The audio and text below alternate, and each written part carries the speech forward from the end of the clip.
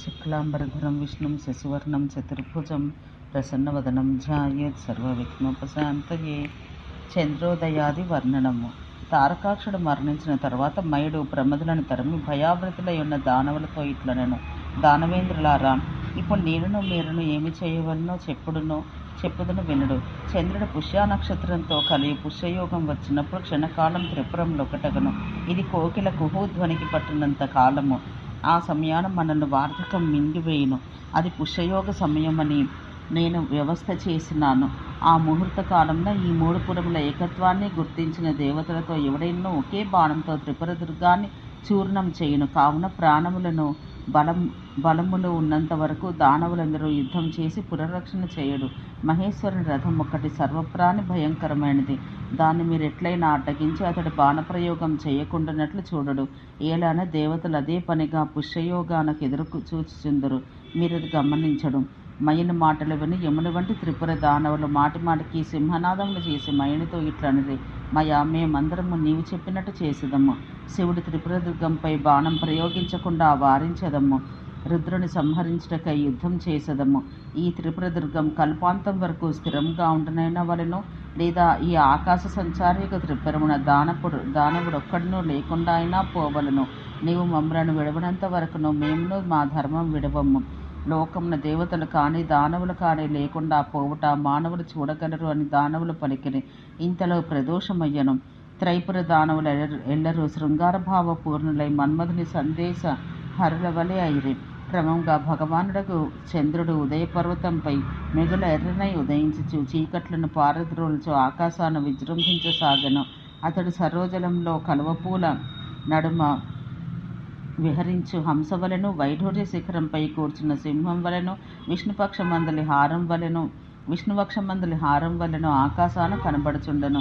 లోకమంతా గాఢాంధకారంలో మునిగి ఉండగా ఉదయించిన చంద్రుడు తాను అతిరి మహామణి నేత్రం నుండి ఉద్భవించిన వాడొకటను సార్థకం చేయుచు లోకములను వెన్నెలతో తడుపుచు తాను ప్రకాశిస్తూ లోకాలను ప్రకాశింపచేయుచు లోకములకు కన్నులనిచ్చెను. ఇట్లు చంద్రోదయమయ్యను. త్రిపురం వెన్నెలతో నిండెను. భవనములందును దీపములు వెలిగించబడెను. ఇట్లా పురమున బయట వెన్నెలతో లోపల దీపములతో ప్రకాశములయ్యను. అసురులను తమ తమ ఇండ్లను దేహములను కూడా అలంకరించుకొనసాగిరి. రచ్చలలో, రాజమార్గాల్లో, ప్రాసాదములందును గృహములందును నూనెతో నింపిన దీపములు వెలిగించబడి సంపెంగ పూల వలె ప్రకాశించుచుండెను. ధనంతో నిండిన ఒక దానవుల నవరత్నమయ గృహములలో దీప ప్రకాశములలో ఆయా వస్తువులు, ధనములు, రత్నములు చంద్రోదయ వశమును ప్రకాశించు గ్రహముల వలె ప్రకాశమునందెను. దుష్టపుత్రుల వల్ల కులమునకు కలిగినట్లు బయట వైపున వెన్నెలతోనూ ఇండ్లయందు దీపములతోనూ చీకటికి పీడ కలిగెను. ఇట్టి ప్రదోష కాలారంభమున చంద్రుని అట్టహాసం యవ్వనం నంది రాత్రికి ప్రకాశం నందించుచుండ దానవుల శృంగార సుఖమును కోరి స్త్రీ జనాలతో కూడి అలంకరించుకొనుచు ప్రకాశించుకొనుచుండరి. పూర్వం శివునిపై ప్రయోగించబడి వినోదమును అనుభవించిన 5 బాణములను ఇప్పుడు త్రిపుర దానవులపై ప్రయోగించబడి అచటి స్త్రీ పురుషులకు తమ రుచిని చూపెను. మన్మధుడు అచటి దానవ స్త్రీల అవ్యక్త మధుర వచనాలతో, వీణాలాపనలతో, సంగీత మూర్ఛనలలో, దానవులు చేయి శృంగార మత్త ప్రలాపములలో విజృంభించి వారి మనసులను కలవరపరచెను. చంద్రుడు ఆకాశాన్ని తన పత్నియగు రోహిణీదేవితో కూడి వెన్నెల కురియుచు రాజ్యం చేయుచుండ అతని వెన్నెల అచటి రాత్రి చీకట్లను పారద్రోలుచు జగమునకు హితం చేయుచుండెను. ఆ దానవాంగనంలో ఒకత మన్మధుని పాదములకడ నిలిచి తాను చెక్కిల యందు విశేషకము అను రంగు పూలతో అలంకరణం చేసుకొనుచు దానితో తన ముఖానికి శోభ సమకూర్చుకొనుచుండెను. తర్వాత ఆమె తన ముఖాన్ని గుండ్రని అద్దంలో చూచుకొని, నా ముఖమునకు ఎంతయో శోభ కలిగను కదా అని మురియుచు తన ప్రియుడు కూడా తను ఇట్లు ప్రశంసించిన భావంతో చాలా ఆనందించుచుండెను. కొందరు యువతులు గగుర్పాటు చెందిన శరీరములతోనూ తన ప్రియునితో కూడి రమించవలెనను ఆసక్తితోనూ చక్కగా అలంకరించుకుని మదపుటేనుగుల వలె ఆనందంతో మత్తిల్లి ఉండరి. ఒకటి శృంగార భావంతో నిండిన మనసుతో మద్యం త్రావచుండెను. మరి ఒకటి ప్రసన్న హృదయంతో ప్రియుని వెతుకుకొనుచుండెను. మరి ఒకటి చాలాసేపు తన ప్రియుని విషయంలో ప్రసన్నురాలై ఉండెను. ఇంకొక దానవ స్త్రీ తన ప్రియుడి చేయి ప్రేరాపాలకి ఆనందించుచుండెను. గోశీర్ష పద్మములు, హరిచందనం మొదలగు అలంకరణలతో, సుగంధ ద్రవ్యపు పూతలతో, చన్నులు బురదతో పొలిమినట్లు కనబడుచుండ పెదవులు మెరయిచుండ వారి రూపంలో మనోహరంలో ఆసక్తి గొలుపునవై ప్రకాశించెను. అమృతంతో నిండిన బంగారు కుంభముల వలె వారి రూపంలుండెను.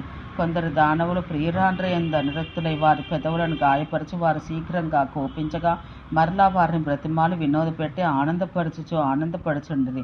కానీ వారు తమ ప్రియురాండ్ర మాటల ఎందుకంటే వీణా వాద్యధ్వనుల ఎందు ఎక్కువ ఆసక్తులై అవి వినగోరిరి.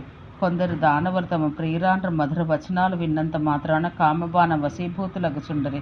కొందరు దానవ స్త్రీలు మద్యపానశాల ప్రదేశములందు పానం చేసి తను ప్రియుడు కౌగిలించుకొనగా అతడు పాడుచుండ తాను వాద్యం వాదించుచుండెను. కొందరు దానవులు తమ ప్రియురాండ్రను బ్రతిమాలుచుండిరి.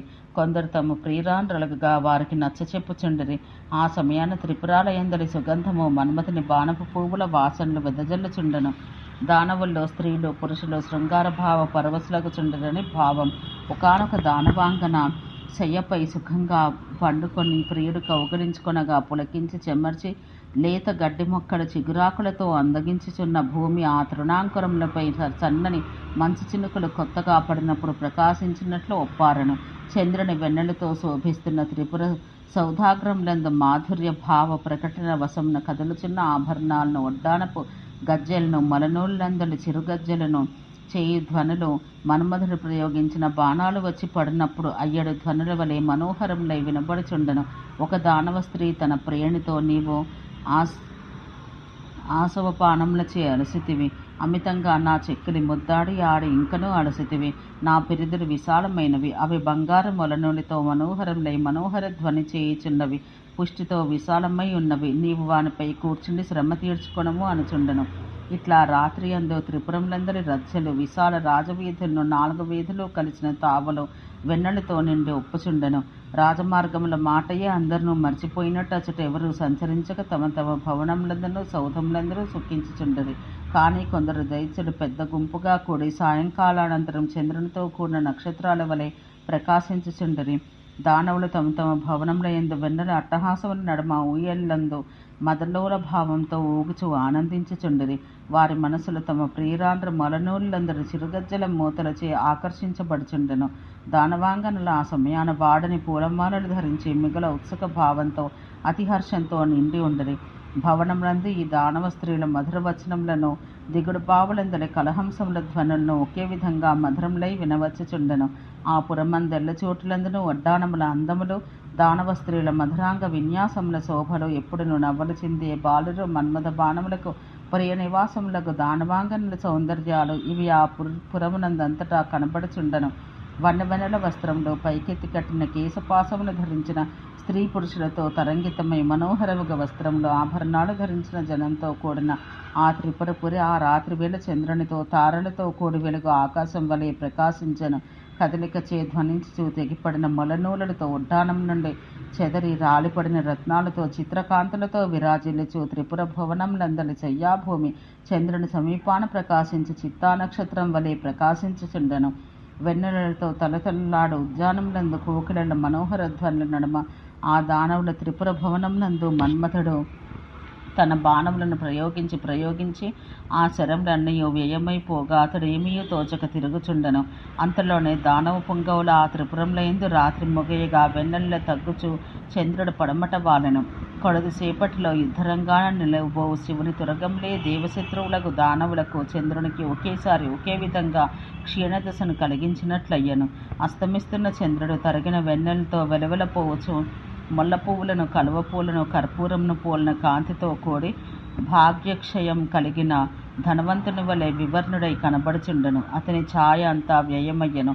వెన్నెల రాసులన్నీ కరిగిపోయెను. చివరికి అతని వర్ణం ఆకాశవర్ణంతో సమానమయ్యను. ఇంతలో సూర్యుడు ఉదయించెను.